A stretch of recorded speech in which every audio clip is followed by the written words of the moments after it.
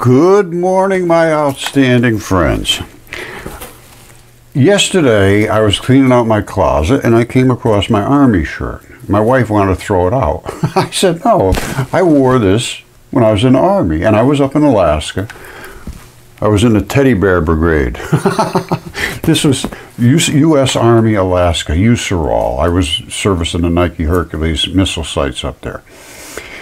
And it stays dark in the winter all day and night, and it stays light in the summer pretty much all day and night. And here's what I was not in Fairbanks. I was south of that in Anchorage, but it was similar. Fairbanks was a lot darker and a lot lighter, but Fairbanks has long been known as the land of the midnight sun. During the midnight sun season, it runs from April 22nd to August 20th. The sun never sets. The sun never sets. From April 22nd to August 20th, the sun is out continuously. You wake up in the middle of the night and find sun shining brightly, people out biking, gardening, and walking the dog at midnight. Totally just like during the middle of the day. Why does that happen in this northern latitude? And the more northern you get, the darker it gets and the lighter it gets. So I was going to go over that, but something caught my eye on my comments, and I'm going to go to those and discuss that before we get into the reason for this dark and light period at the northern pole. So I want to show you something. This gets pretty serious, and it's about wisdom and understanding and how it can affect your life. So let's get into it. See this? I wore this over 50 years ago. That's my teddy bear patch. United States Army, Alaska. It's a polar bear, you know. And anyway, they made them to last. That's 50 years old. The damn thing's still pretty good shape. Okay, so here's what happened. I get up this morning and I'm going to do the thing about the dark and light in the northern hemisphere. And I just briefly was looking at the comments, and I will look at all the comments. So even though I may not respond, I look at it, and I'm having a hard time keeping up with the responses. But so you may not get a response, but I will absolutely know whatever you put in here for a comment. Now, this was from somebody here, Henrik Jensen. Morning, interested people, just thinking loud. This is a version from Robert Morning Sky Temper Papers. Anu is the god. All right, who would be the sun, basically, in my eyes. He had a fight with his uncle, if I remember right. The uncle had his son, Zu, who was Zeus. All right, Zeus was the god of this solar system, but Anu, I believe, is the sun, and he put his, he had an uncle, and his, this gets confusing, but Zeus was the god of the solar system, and there was a war in heaven. They had planet-sized warships with death laser weapons and all kinds of stuff. The planet Tiamat was deadly and was killed. This seems to be a lot bigger than our Earth today. So it could have very well been where all these dragons and all these giant monsters lived. And now, anyway, he says a piece of Tiamat is today's Earth in this story. Now, again, these are stories in history. I don't know. We have to look into them. But I do feel for certain that Zeus was the god of this solar system, and he took advantage of the opportunity to just turn himself into a sex maniac. And they could be planet-sized and turn themselves into insects if they want. They could do anything they wanted. And that's what happened. He came down and took over the earth and made it a pet pleasure palace for himself and his buddies, the other 200 angels that went with him, against God. Out of the 600, 200 came down to earth and just partied like wild animals, basically. And so the creatures could have lived on a much, much bigger planet. The fossils left behind, and it left there all of the things that I have found. It's giant. All the creatures are giant. The planet itself is a corpse. Jesus Christ said it. He said, when you discover the earth, you're going to discover a corpse. And I did. Now listen to this. That comment came from this person here. All right. Now, then I get this one right next in a row. It says, this is from Sierra de la Fuente. I am with you, and I just laugh at my father, who is a geologist, when he gives me the explanation of mud fossils. I am finding the boulders, the rocks that due to the erosion happen to be the way they are. Oh yes, that is why I am finding tons of rocks of the same body part and which look the same, etc., etc. His father says, well, they just erode and they just look like that. So his father just will not look at the stones, and neither will he even think about it. He won't even talk to him about it.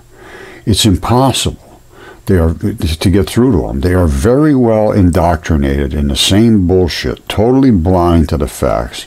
How sad for him. The truth is so amazing and interesting, but he prefers to stay with his theories told by the books he read. Sad, just sad. Well, here's my reply.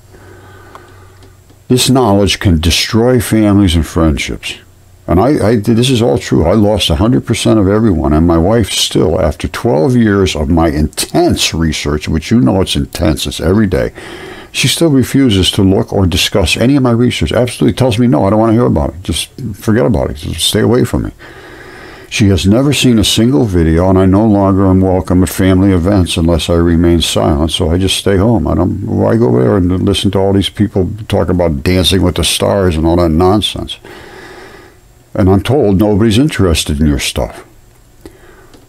A lot of people desire to be wise and discerning. Many of us want to have the kind of wisdom that enables us to see things ahead of our time and to discern what will happen when everyone else cannot yet see it. And I'm finding things that nobody can see and nobody wants to see. No doubt that is a very good gift, but is a curse of wisdom. However, it comes with tremendous challenges, pain, and suffering. And boy, that is true. And I've been reading about, what it will do to your life. And it's exactly what it does to your life. It alienates you. See this? And then you get people like this. So where's your certifications? Who certified this? This is the kind of people you get. Well, it's not peer reviewed. It can't be right. This is the kind of stuff I get all the time. I'm sure it sounds like I'm whining that everybody hates me because I'm doing this. Well, take it however you want to take it. But it's not intended in that way whatsoever. This is part of the package. It comes with the territory. It comes with the territory. If you're not willing to do that, forget about it. It's just like Jesus Christ said when some of the Pharisees in the crowd said to him, "Teacher, rebuke your disciples." He said, "I tell you, if they remain silent, the very stones will cry out." All of these things are written. All of the things that I have discovered, somebody put in the past. I don't know how I fell into this, but here's all of us. This is what we should be doing. Brothers, sisters, all of us, consider the time of your calling. Not many of you were wise by human standards. Not many were powerful. Not many were of noble birth. But God chose the foolish things of the world to shame the wise. And that's what I'm doing now. I'm shaming them. God chose the weak things of the world to shame the strong. That's what I'm doing too. And you can too. He chose the lowly and despised things of the world and the things that are not to nullify the things that are. And it has to be nullified. We got to turn this thing around because there is no more morality. There's no more anything really of any virtue anymore. It's just a free-for-all. And that's exactly that was what was written. There are dues to be paid. I'm sorry, that's just a fact. And right down here, I have no greater joy than to hear my children walk in truth. They claim to know God, but by their actions they deny him. They are detestable, disobedient, unfit for doing anything good. I got one after another, after another, after another. So anyway, and destruction of the teachers does not. There's one in here about that too. Here it is right here. There were also false prophets among the people, just as there will be false teachers among you. False teachers among you. That's all I found so far. They'll secretly introduce destructive heresies like God doesn't exist, no such thing as created, none of that stuff is all real, it's all nonsense.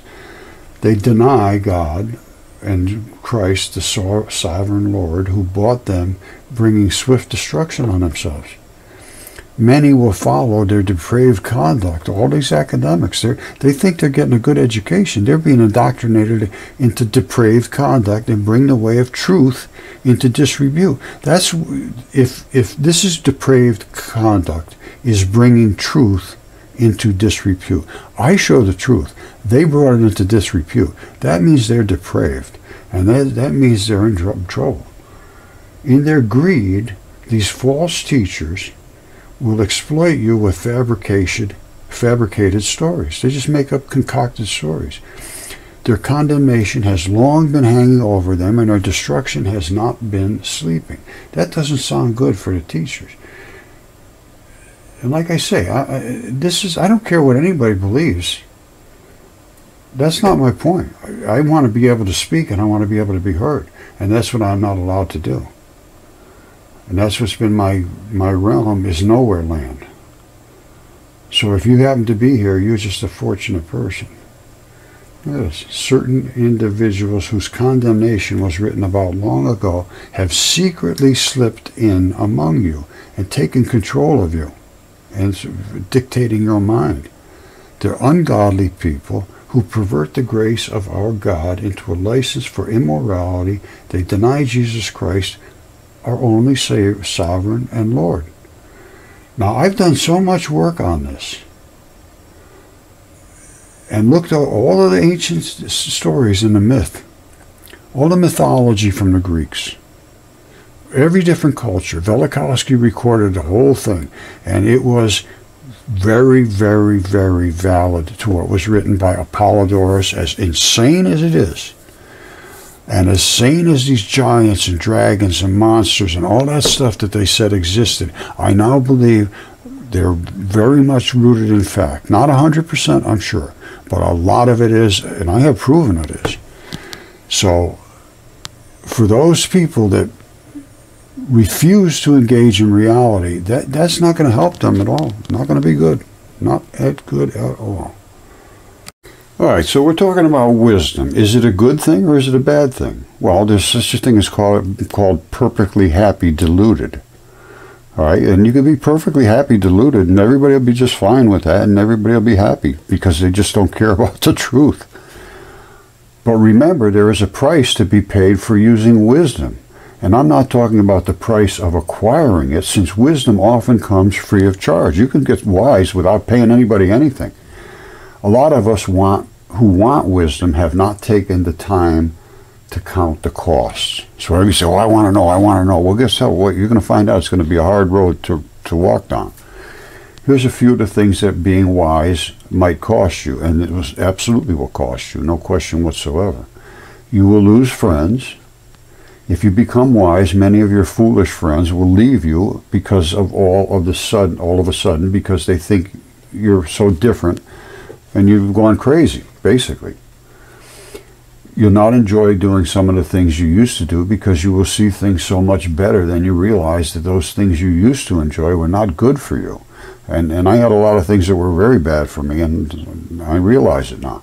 And this won't be easy. So you got to get away from all that nonsense that you think was all just, life is all about fun and making money and stuff. All right, now people will crucify you, they'll ostracize you, they'll insult you and call you names. Even though you're right, it doesn't matter how much evidence you have, it means nothing. If you're working, you may get fired from a job if you are not very careful. If you start talking about this stuff where you work, they'll say, "The guy's crazy, we just got to get rid of him." You have to work hard to develop a strong character to contain your wisdom, or you could be destroyed. And trust me, you become bitter, and you become angry, and you start to become abusive if you're not careful. All of those things happen to me. And I finally had to retreat and say, forget everybody else, just stay on your own and screw them. Wisdom always comes free of charge, but the character doesn't come free. You can't develop character until you be put under this assault, and I mean you will be assaulted. You have to work hard to develop the character. Your heart will break and hurt when you see things going wrong around you. Everything's going wrong around me, and nothing I can do about it. I have answers to a lot of things, and I know how to fix a lot of things. But people won't listen to you or let you help them to get out of their pain. Everybody is, I'm telling you right now, the world is in a world of hurt at this moment. There's no truth anymore. There's no wisdom. And if you become wise and try to spread that wisdom, you will be destroyed. Just like that guy. His father won't even listen to him anymore. He's going to lose his father. He's going to lose his whole family. Or whoever it is, he or she or whatever. It's one of those prices that have to be paid if you want to get to the other side in good graces. And I'm going to tell you right now, you have to stand up and talk. If you don't, you're just as bad as all the rest of them.